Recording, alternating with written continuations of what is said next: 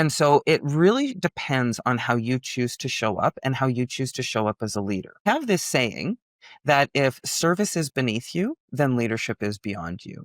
If you're constantly striving for the next title and you're constantly striving for the next LinkedIn update and you're constantly striving for these things that are really, really all about you, um, you will never gain the trust of your team because your self-orientation is very evidently above the Right. productivity of your team, right?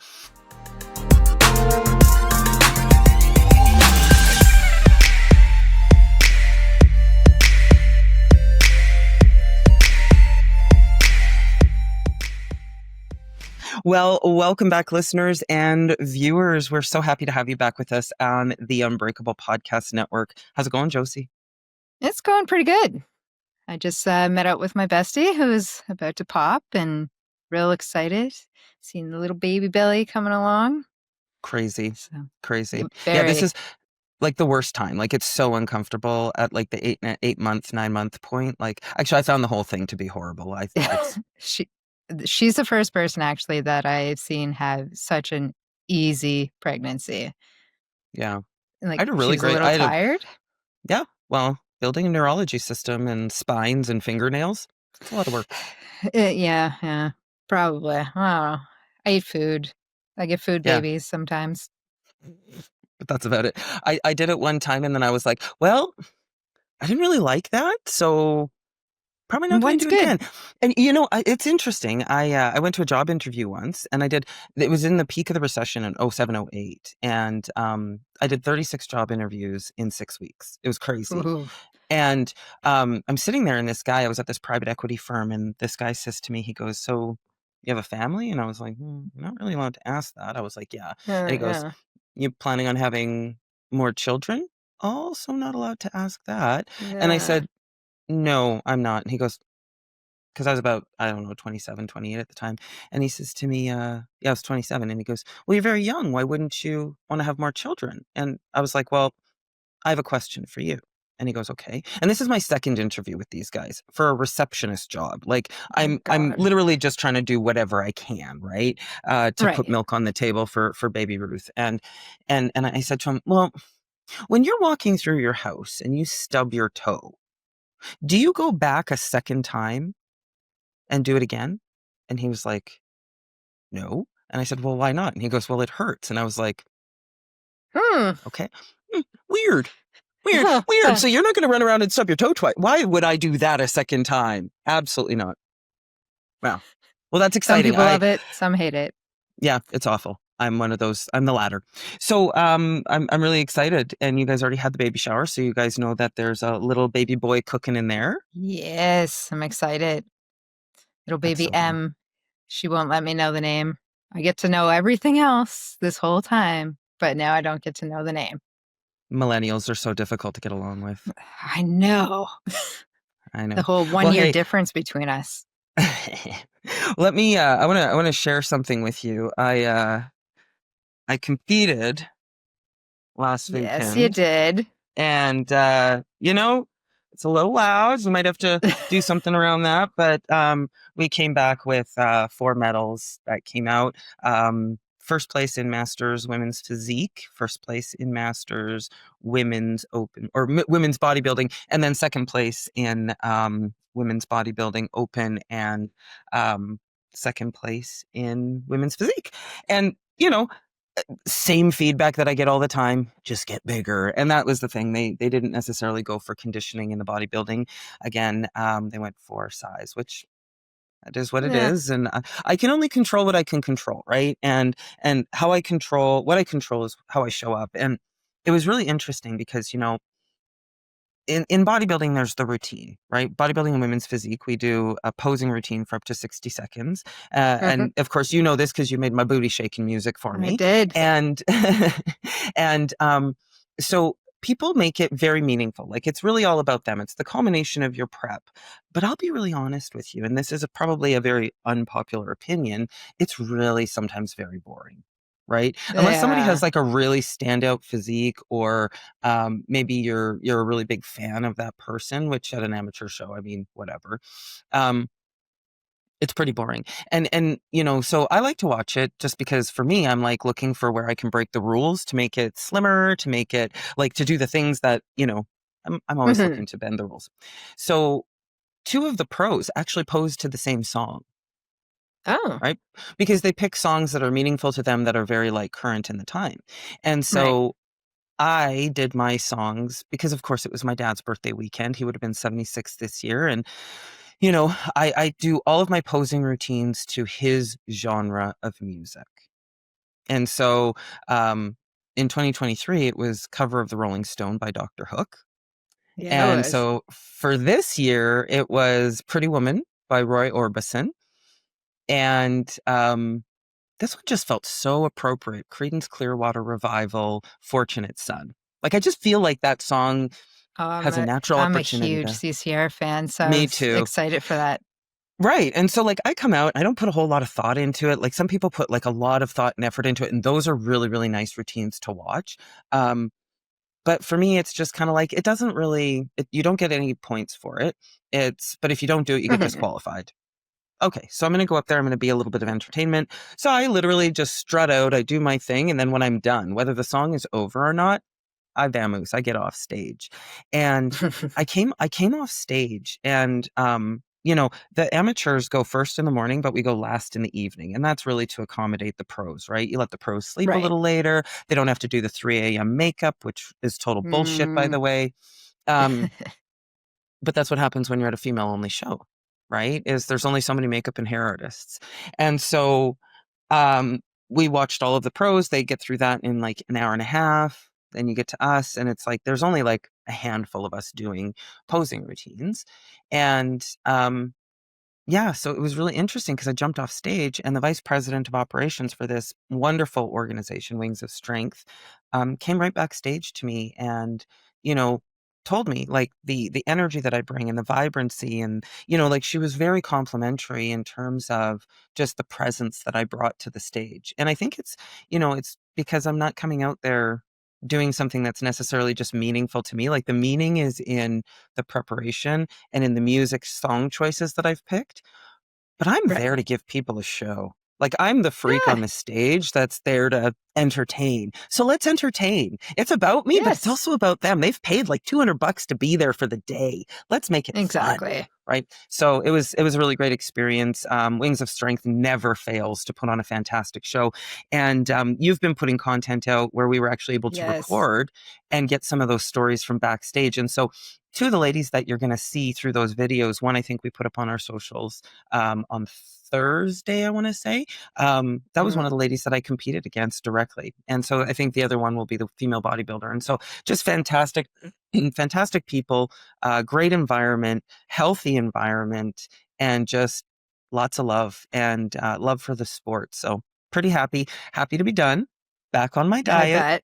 back on my cardio grind, but the sense of urgency is Depleted, significantly kind of. depleted. Yeah. Yeah, which is so nice. So the first couple of days coming out of that were brutal, man. Like my travel schedule, like this is where, athlete and executive collide and it turns into like Hmm.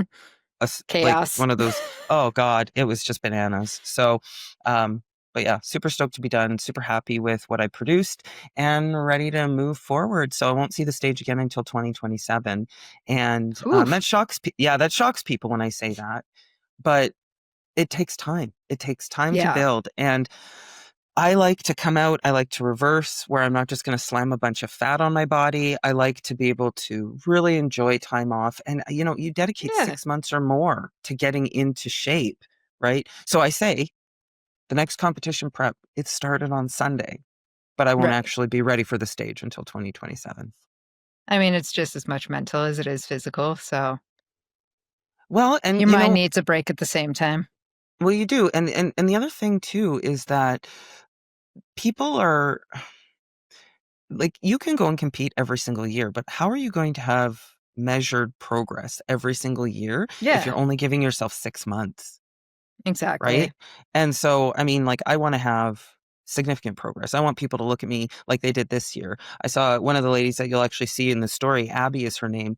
Abby was like, I can't believe how much more muscle you have. And it's crazy because I'm looking at it going, well, I'm like the skinny, tall one on the stage still. And that has been like my whole career, because you stand me next to somebody who's 2 or 3 inches shorter than me, and they just look like this, you know, thick, full Mhm. athlete. And there I am. I'm like, hi, I'm a scarecrow. But it's like, yeah, so like you want to bring the boom in that way, and Mhm. kind of give back in different ways. So yeah, pretty excited Well, about that. your quads took a really good hit this year, so Totally. Totally. I Yeah. don't know what Now your next goal is, but yeah, more size. And it's also depth, right? Like when I think Mhm. about the areas that I have to work on, and my coach is like, we don't make decisions in the week or 2 or even 3 after the show, because you're very Right. emotional, whether you're coming up or down. And I've kind of had both this week. This week has been, a bit of a roller coaster, but that was also because of a lack of sleep. Um, Mhm.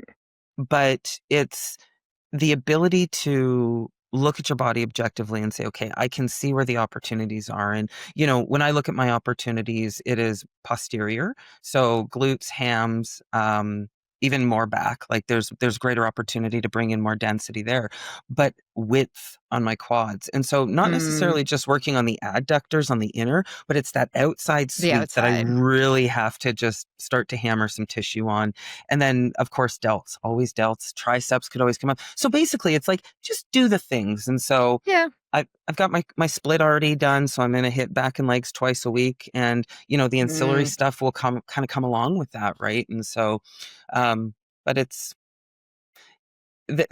my former coach, Dr. Scott Stevenson, has said this to me probably half 100 times. So 50 is, the journey is the destination. And I think we even talk about that in other contexts, and in a podcast that we'll have on the 29th with mhm. our really good friend Earl Thiessen. And yeah, so I'm just gonna dig in and enjoy the journey and recognize that day to day, that's what's gonna drive change, is doing consistency, right? And Yeah. I live my life as a bodybuilder. I am like, I just inhaled chicken and vegetables and a couple of rice cakes before we got on here, and so it's like, we know what we love and we love what we know. Exactly. Yeah. Okay. Um, You have any so tips for someone that wants to get into bodybuilding? yeah, I do. Just do it. Right? Find someone who can mentor you and lead you into um, doing it right. I find that a lot of people who come into the industry, um, nobody cares what your body fat is. That's probably the most annoying question that I've ever received. What's your body fat? Who Mhm. cares? They don't measure my body fat when I go on stage. Yeah, exactly. It doesn't matter. And in fact, the only way to truly get the best and only most accurate reading of your body fat is an autopsy. You Yeah, know, that's pretty fair. like nothing is really, even a DEXA scan, water removal might, if you were to be dunked into the water tank. But so Right. don't ask stupid questions. There are stupid questions in bodybuilding. Um, I'm kidding, you guys. There is Sort some. of. There are some, but also don't follow the trends on social media. Be logical, right? Recognize that science doesn't get trumped by someone's opinion. Um, And there's a d- lot of opinions when it comes to bodybuilding, weight yeah. training, powerlifting, all those sports. Well, people like to make it Yeah. complicated. They like to make it complicated. It's If not that complicated. it's not that complicated when you really think about it. It is literally just eating the food, doing the things, not getting fat. Yeah. And if you do get fat, I mean, you can take it off. That's fine. Yeah. But it just lift heavy, sleep, Yeah. do it consistently. Do it, 5 times a week. Or, I ran fortitude training.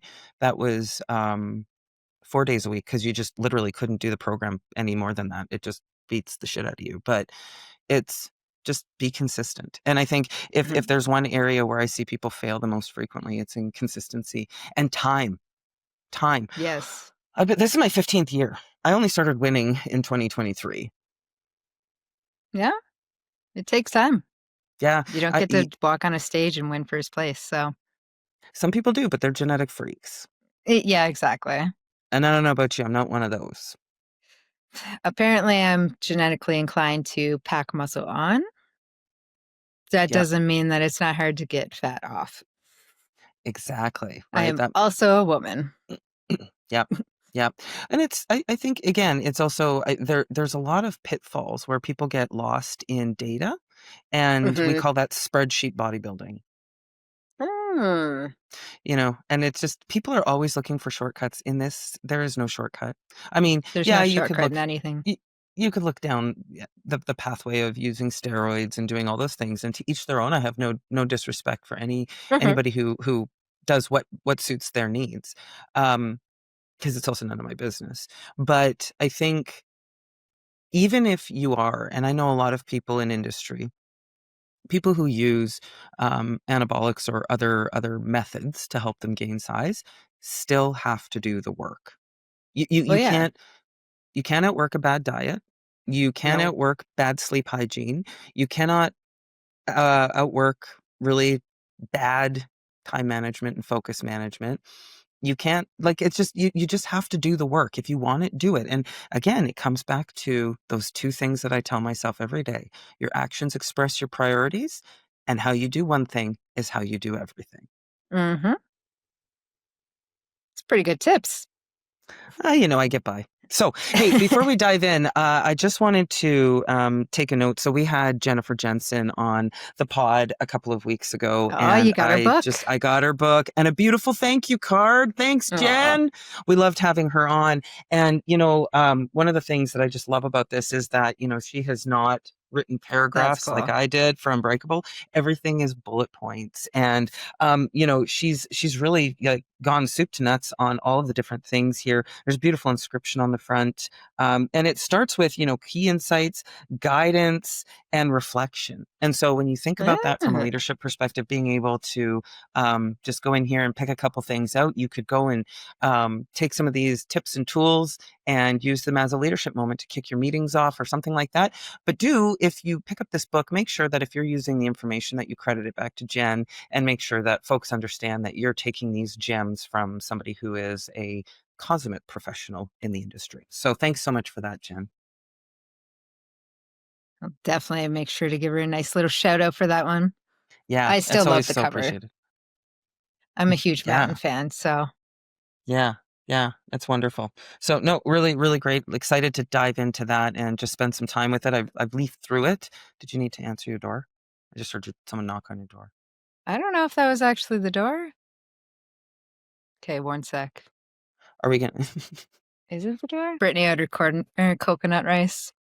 Well, that's funny. Uber decided to knock. How You're dare fine. you? Yeah, I know they never knock. It's okay. I know Kate it heard it says on the more thing. than I did. You Yeah, need to it's. get that, Brett. I'm usually pretty clear. Please don't knock. I'm not going to answer you. Just leave it and go.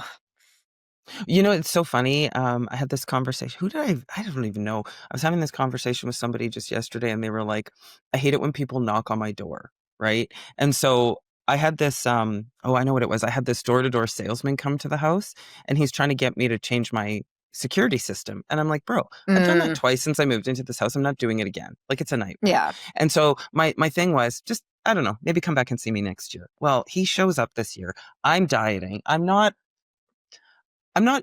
nice, but I'm very intolerant when I'm Hmm. dieted down. And, you're coming in and I'm trying to cook my dinner. I just got home from the gym. And so I get this little knock and I look through the window and I'm like, and we're at the point in time where it's like, if I'm not expecting somebody at my door, the chances of me answering it are pretty slim to none. Same. And so, of course, Gen Z, they just go flat on the floor. And I'm Hmm. like, why are you doing that? Like, you're in your house. You don't have to answer the door. Just walk by. No, no, I'm not talking to you. Like, that's fine. So, anyways, I go down and there's this guy there and he's like, hey, Kate, remember me from last year? Sure don't. Because I'm dieted and I just don't take the time to, well, document the people that come to my door unannounced. Hmm. And he goes, well, I'm back from Brinks and I'm here to help you. And I was like, not interested. I don't have the time for this. My life is very busy right now. And I'm not Hmm. interested in changing my provider. And he's like, okay, I understand. And then he goes, but look at this. And he gets his phone out and he goes like this. And I said, I'm just going to stop you right there. And I said, no means no. Are Yeah. you one of those people who doesn't understand that no means no? I said, is this the reason why women choose the bear?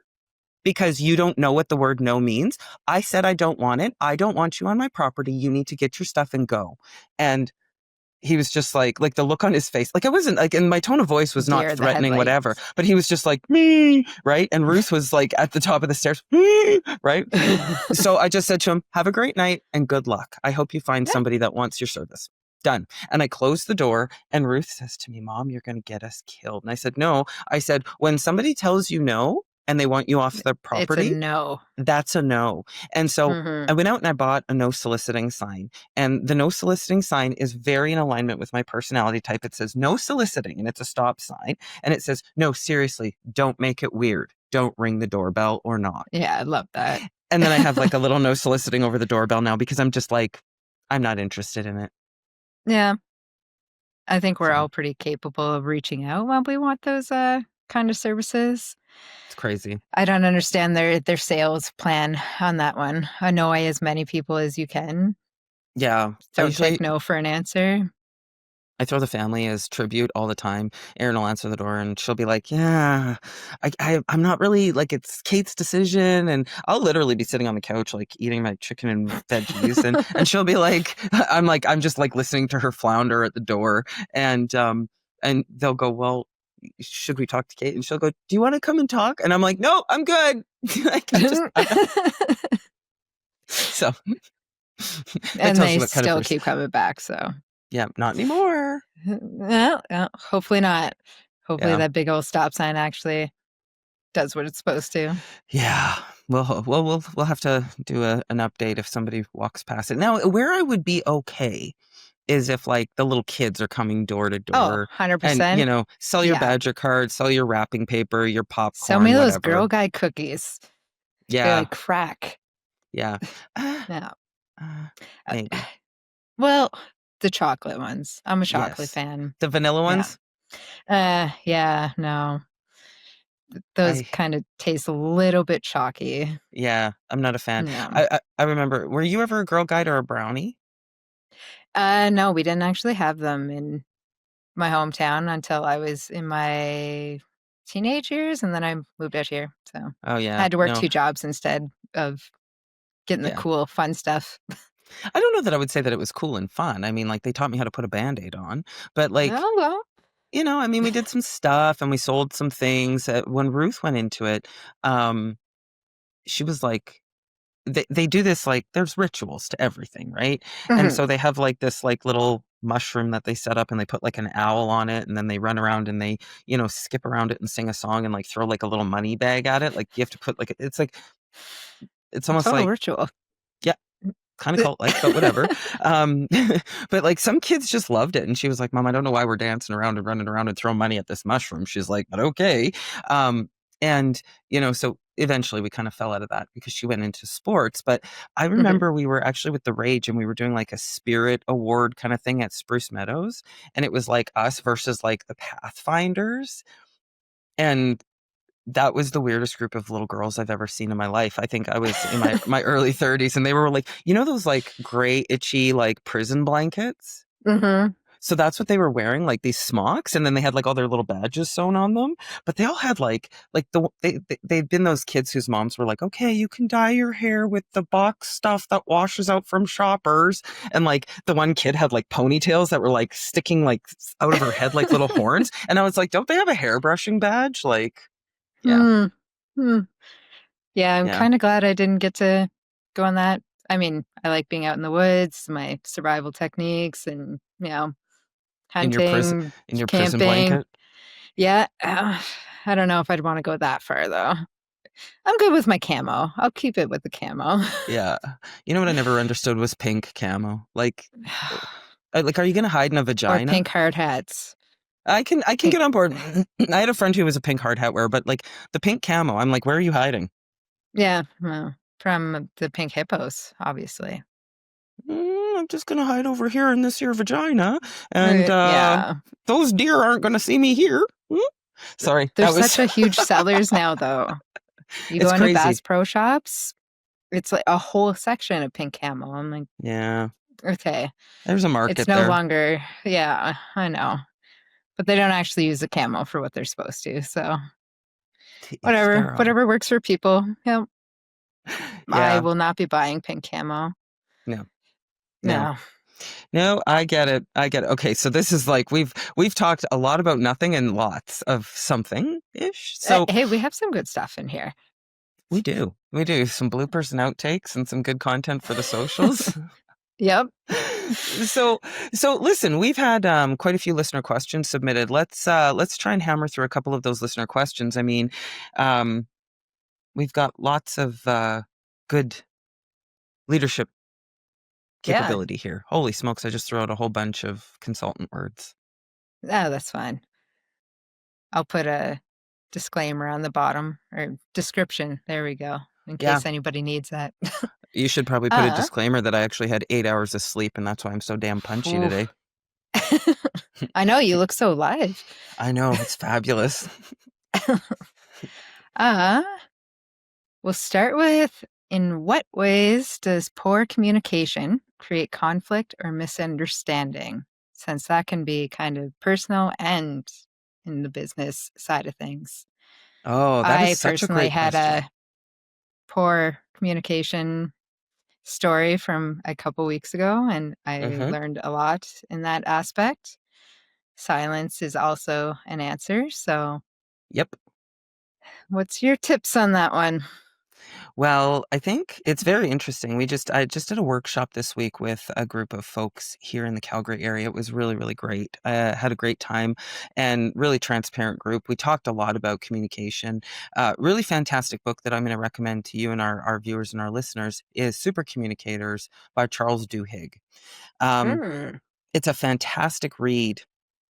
And really, what he talks about in that book is that we have different levels and different styles of content, not content, but communication and right. conversation types. And so in the instance of where maybe you're hyped up, let's say that you're angry and something's happened and you know you're firing off and I'm coming in and I want to either calm you down or I want to help facilitate a conversation to move us in a different direction.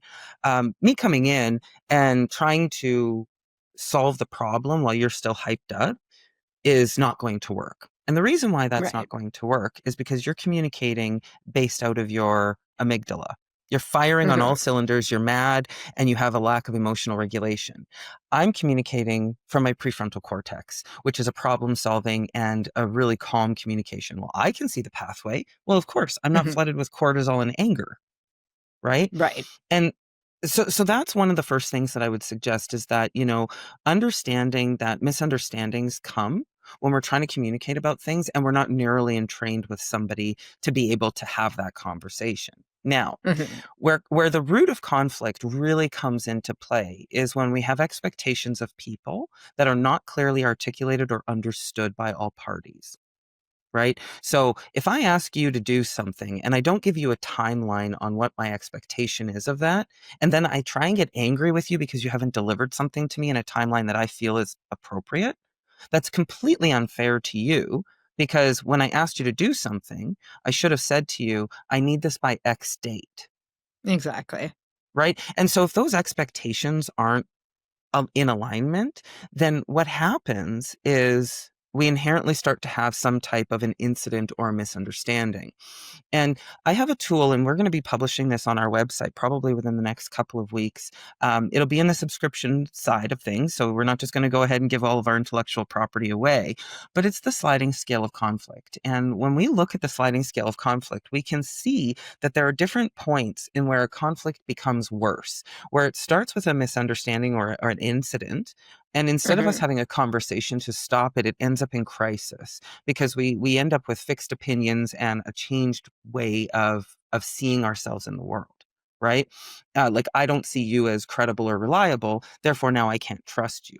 So now this is where we Right. start to get into our different models of how we build and cultivate and sustain trust. And we also have a couple of different models that are brand new of intellectual property, the trust equation redefined. And so, like, these are some of the things that we use to diagnose where something goes wrong, how to fix it. So a couple of different things in there, right? So, are we having the same conversation type? Are we talking about identity? Are we talking about a problem solving process? Or are we talking about a structural conversation? You could be talking about something that's really important to you. That's an identity based conversation. I feel this because I am. And we're seeing that in our Hmm. political realms very much right now. Very Whereas much. we're incapable of having a problem solving conversation because we're so entrenched in the identity conversation that we're constantly sitting in a cycle of miscommunication and misalignment. Hmm. And the other side of that is that we all come from different perspectives, and the lack of tolerance for one another and intent. Yeah. If I ask you to do something for me and you start working on it and I don't give you a timeline and you don't think to ask and I don't think to tell, was there actually an intent for you to do something wrong and me to do something wrong? No, it's just No. kind of building a building without the in between. Right. Right. And so, like, it's impossible for me to say that it's, you know, one particular thing. But if I were to say we want to diagnose and stop conflict as soon as possible, as soon as you feel a level of discomfort that says this this is rubbing me wrong, or I don't feel like I have the full scope of understanding, that's the Hmm. critical thinking moment where you have to reach out and try and stop something. Or if somebody says something to you and it comes off as backhanded, that's an incident. And you should be able to say, "Hmm, I didn't really like that. What was the intent?"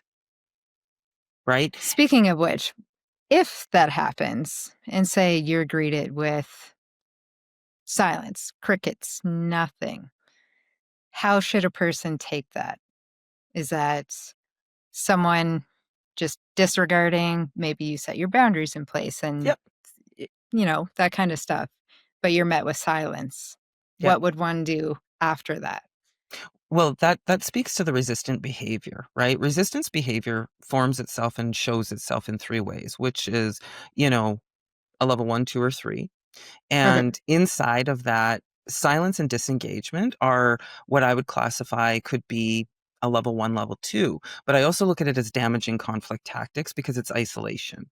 And when we start to deliberately isolate people when they're trying to work with you to solve a problem, to provide a service, to complete a task, isolation tactics are damaging conflict and they're intentional.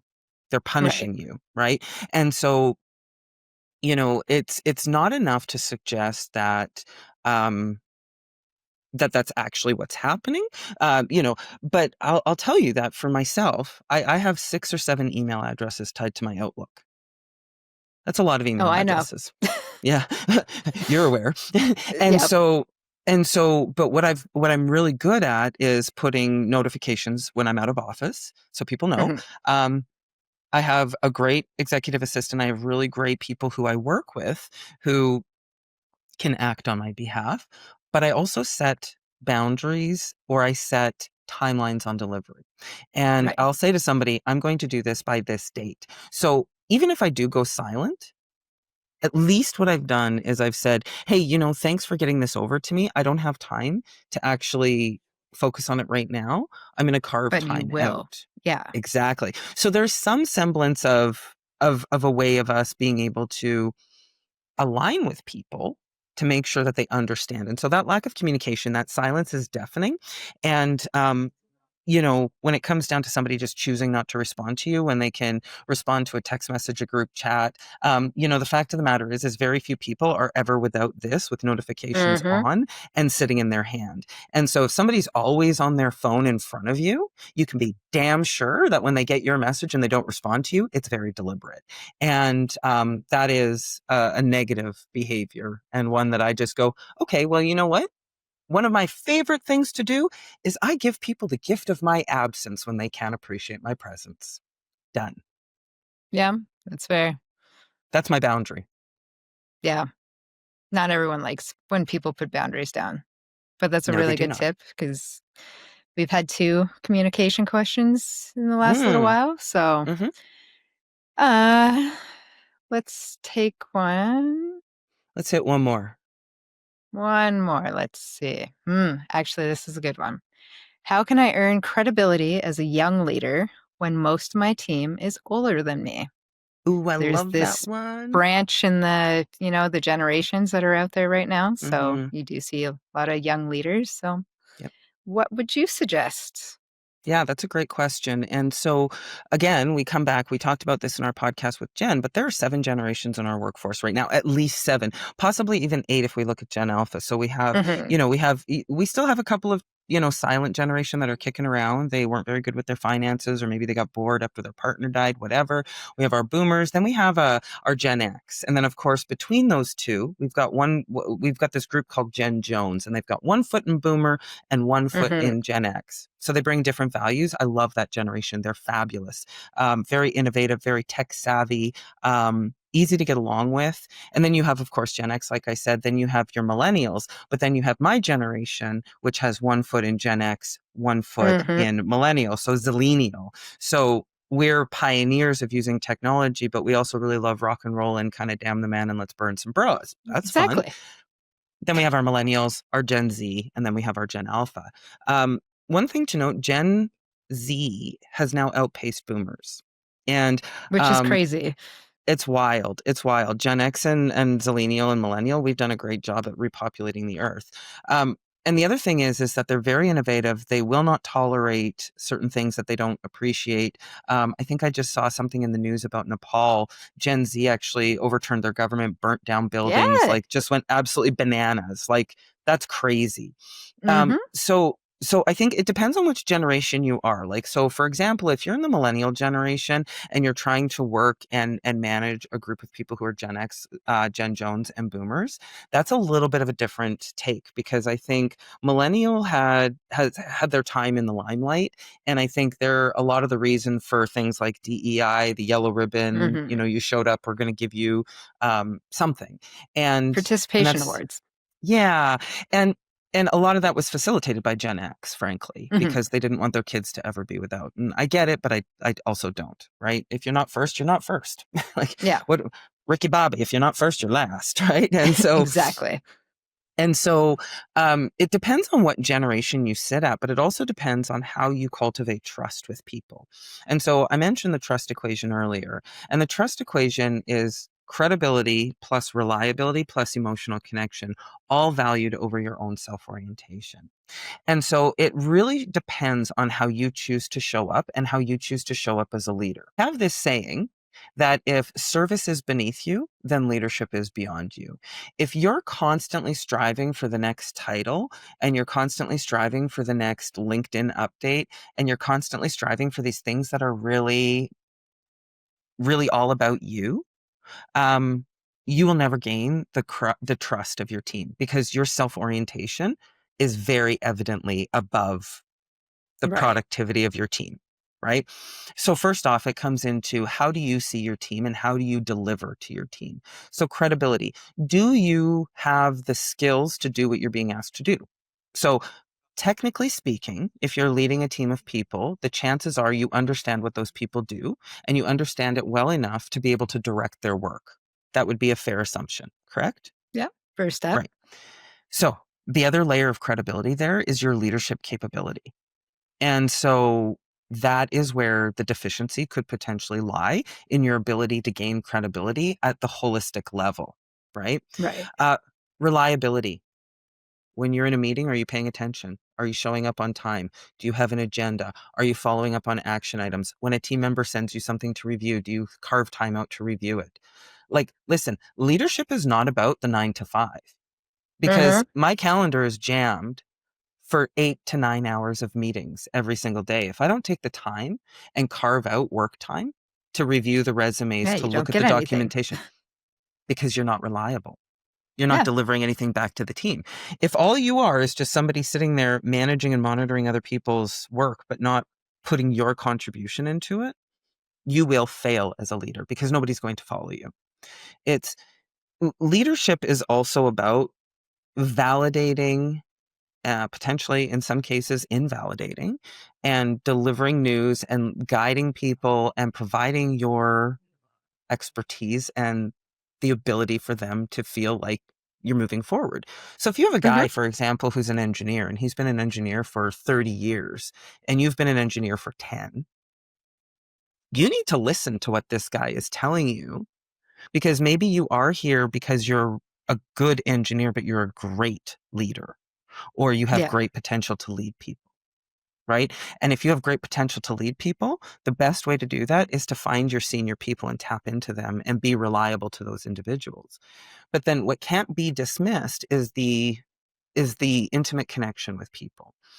And Right. intimate and emotional connection doesn't mean that you're going to their house, that you're on their Christmas No. card list, that you're on their social media, but it means that you care enough about who they are as a person, how they are as a success, how they interact with other people, what their mental health and well-being looks like. So when we look at all of those different things, there's a bit of an assessment that you can do. And what I want you to do is I want you to take that graphic and I want you to think about, how am I credible to my team? How am I reliable to my team? How do I create connection? And then conversely, flip it around and say, where do I need to improve in those spaces? Because those gaps are where the Yeah. opportunity lies. Which is a great lead up to, if anybody hasn't watched Arnel Santos, Mm, his emotional intelligence. That yep, was just what you explained there, and why he is such a good leader in what he does. yep, Th- That man talking about emotional intelligence just tugs at my heartstrings. I'm like, I yep. think everyone needs a leader like that. And it's like you said, he doesn't have to go to people's houses or, No, get too involved in that, but he asks everyone underneath him, how are you doing? What can I help with? You know, being a leader yeah. doesn't necessarily mean there's no work. It's constant work. That's all it is. And it's Yeah. walking toward the roar, right? Like that's what I've always said is it's walking toward the roar. When I was a young leader, I used to run toward the roar. I got burned a couple times doing that because, once people see that you're carrying the sword and the shield, they'll stand behind you, but they won't give you the full detail or information. Yeah. Like I learned a lot of lessons. A number of those lessons are in the book actually in Unbreakable. Because of the fact that, you know, there's one story in there very specifically where I received some very harsh feedback and it shaped me as a professional and still impacts me to this day of how I was representing my team and supporting them. We were known as the beauty, the brains, and the brawn. The beauty was our web designer. The brains was my technical writer. And And guess you were the what? I was brawn. the brawn. And so they sent the brawn into a meeting that was incredibly adversarial. And the way that I chose to handle it was certainly in the best spirit for my team, but it was not in the best spirit of the team ecosystem for the organization that I worked Right. for at the time. And I got punched in the face pretty hard. And I don't mean physically, but I mean like, Yeah. Yeah. figuratively. But it was a learning experience and one that I carry with me every single day in terms of how I manage my relationships with those around me. Leadership is complex and everybody wants Mm-hmm. to do it. Everybody wants to do it until you get punched in the face. And that's a Mike Tyson quote. Everybody has a plan until they get punched in the face. And Mm-hmm. you can have the greatest plan and you can have the greatest thought process of yourself, and your mom can think you're so awesome and so cool, but it does not matter. It's how you show up every single day. And remember, actions express priorities, and how you do one thing is how you do everything. And that permeates Exactly. across absolutely every vector of your life. It's not just applied to sports and athletics, but it's also how you parent, how you do community, how you lead, how you engage, how you participate, how Yeah. you have conflict. It's all there. Mm-hmm. Some good Well, tips. some good tips. Thank God we've got AI in the background pulling this out because Uh, I I had know. 8 hours of sleep, 4 Nespressos, and I'm ready to rock and roll and hit the gym today. Perfect. Wonderful. Well, hey, Josie, this was absolutely wonderful. Listeners, for you, please continue to submit your questions. We've got that anonymous link on our Instagram. You can DM us. We've now got our new LinkedIn page set up, so we encourage you to follow us there if you're on LinkedIn. And hit those bells and subscribe because we're releasing new content every single week. So don't forget, protect your peace, chase your dreams, and remember, stay unbreakable.